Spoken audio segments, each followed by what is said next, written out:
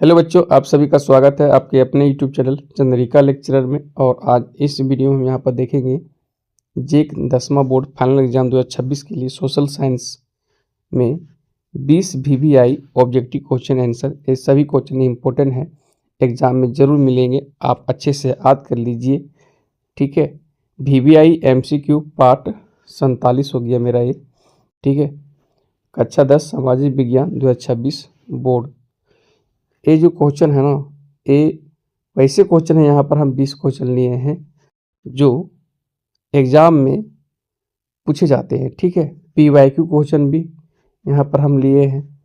ठीक है, ये सभी क्वेश्चन इम्पोर्टेंट हैं, आप अच्छे से याद कर लीजिए। और एक तरह से आपका हम टेस्ट भी ले रहे हैं, तो 20 क्वेश्चन में बताइए कि आप पहले से कितना जानते हैं। देखते हैं कि आपका तैयारी कैसा है सामाजिक विज्ञान में। हम यहाँ पर 20 क्वेश्चन में अगर हम बात करें तो 10 क्वेश्चन इतिहास से लिए हैं और 10 क्वेश्चन हम भूगोल से लिए हैं। ठीक है, तो चलिए देखते हैं फटाफट 20 VBI objective question answer. Video पसंद आए तो लाइक, शेयर और कमेंट जरूर कीजिए। पहला क्वेश्चन है कि पहाड़ी और पर्वतीय क्षेत्रों में वर्षा जल संग्रहण के लिए निम्नलिखित में कौन सी विधि अपनाई जाती है। तो ऑप्शन है जोहड़ है, जलवाहिकाएं हैं, खादिन है, और चौथा ऑप्शन है गुल अथवा कुल। तो देखिए सही इसका जवाब हो जाएगा गुल अथवा कुल हो जाएगा। ठीक है, चौथा ऑप्शन सही होंगे। पहाड़ी और पर्वतीय क्षेत्रों में वर्षा जल संग्रहण के लिए गुल अथवा कुल विधि अपनाई जाती है। ये जो जोहड़, जलवाहिकाएं और जो खादिन देख रहे हैं, ये जो ऐसे पहाड़ी और पर्वतीय क्षेत्रों में वर्षा जल के संग्रहण के लिए ये विधि नहीं अपनाई जाती है। ठीक है, चलिए आगे बढ़ते हैं। टांका क्या होता है। ठीक है, तो पहला ऑप्शन सही होंगे कि पीने के पानी को संग्रहित करने का भूमिगत टैंक को टांका कहते हैं। अरे आपको मिल जाएगा राजस्थान में देखने को। ठीक है, तो पहला ऑप्शन यहाँ पर सही होंगे।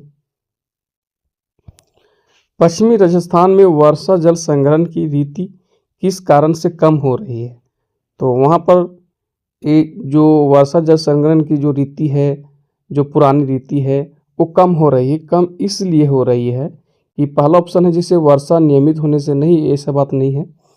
दूसरा ऑप्शन है कि इंदिरा गांधी नहर से 12 जल सुविधा, हाँ इसके कारण वहाँ पर इंदिरा गांधी नहर बन गया है, जिससे उन लोगों को 12 जल सुविधा मिल रहा है, जिनके कारण लोग क्या है कि वर्षा जल संग्रहण जो पुरानी रीति है उसे वहाँ पर वो भूल जा रहे हैं, यानी धीरे धीरे वो कम हो रही है वहाँ पर। ठीक है, वर्षा जल संग्रहण की पुरानी रीति। ठीक है, तो इंदिरा गांधी नहर से 12 जल सुविधा से। ठीक है, नेक्स्ट क्वेश्चन। शुष्क अथवा अर्ध शुष्क क्षेत्रों में वर्षा जल को एकत्र करने यानी जमा करने के लिए बनाए गड्ढे को क्या कहा जाता है। तो ऑप्शन है कि खादिन है, जोहड़ है। तीसरा ऑप्शन में है कि 1 और 2 दोनों, ये दोनों हो जाएगा खादिन और जोहड़। शुष्क और अर्ध शुष्क क्षेत्रों में वर्षा जल को जमा करने के लिए बनाए गए गड्ढे को क्या कहा जाता है, खादिन और जोहड़। तो तीसरा ऑप्शन यहाँ पर सही होंगे। नेक्स्ट, 14वीं शताब्दी में किसने दिल्ली में सीरी फोर्ट क्षेत्र में जल की सप्लाई के लिए हौज खास का निर्माण करवाया। ठीक है, तो ऑप्शन है चंद्रगुप्त है, इल्तुतमिश है, अशोक है और कुतुबुद्दीन ऐबक है। तो सही आंसर हो जाएगा इल्तुतमिश हो जाएगा, इल्तुतमिश ने ही बनाया था। ठीक है, तो दूसरा ऑप्शन यहाँ पर सही होंगे। 14वीं शताब्दी में किसने दिल्ली में सीरी फोर्ट क्षेत्र में जल की सप्लाई के लिए हौज खास का निर्माण कराया। तो हो जाएगा यहाँ पर इल्तुतमिश ने करवाया था। ठीक है, नेक्स्ट,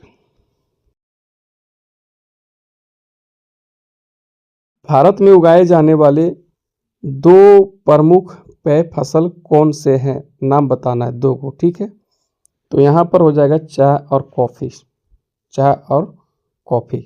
ठीक है, और ज़्यादा इसका उपयोग भी लोग करते हैं चाय और कॉफ़ी का। ठीक है। और भारत में उगाए जाने वाले 2 प्रमुख पेय फसल भी है चाय और कॉफ़ी, याद रखना, ठीक है। नेक्स्ट, निम्न में से किस पेय फसल में भारत विश्व का अग्रणी उत्पादक और निर्यातक भी है, ठीक है।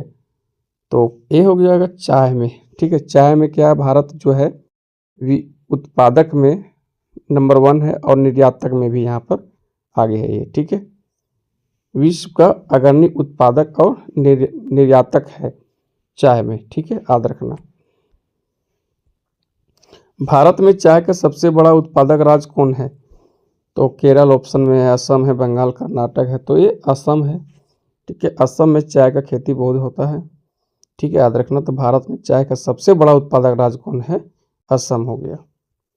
नेक्स्ट, भारत की 2 प्रमुख खाद्य फसलें कौन सी है, तो 2 है, गेहूं और चावल, और क्या होगा, गेहूं और चावल, 2 प्रमुख खाद्य फसल। इंपॉर्टेंट क्वेश्चन है ये, और फाइनल एग्जाम में एक क्वेश्चन पूछे भी गए हैं, ठीक है।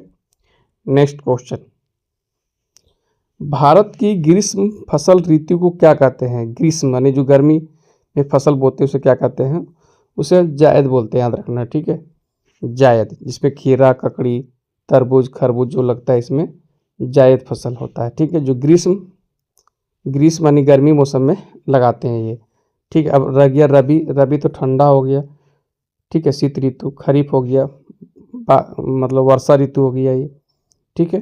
तो जायद हो जाएगा यहाँ पर, ग्रीष्म फसल ऋतु क्या कहते हैं भारत में, जायद बोलते हैं।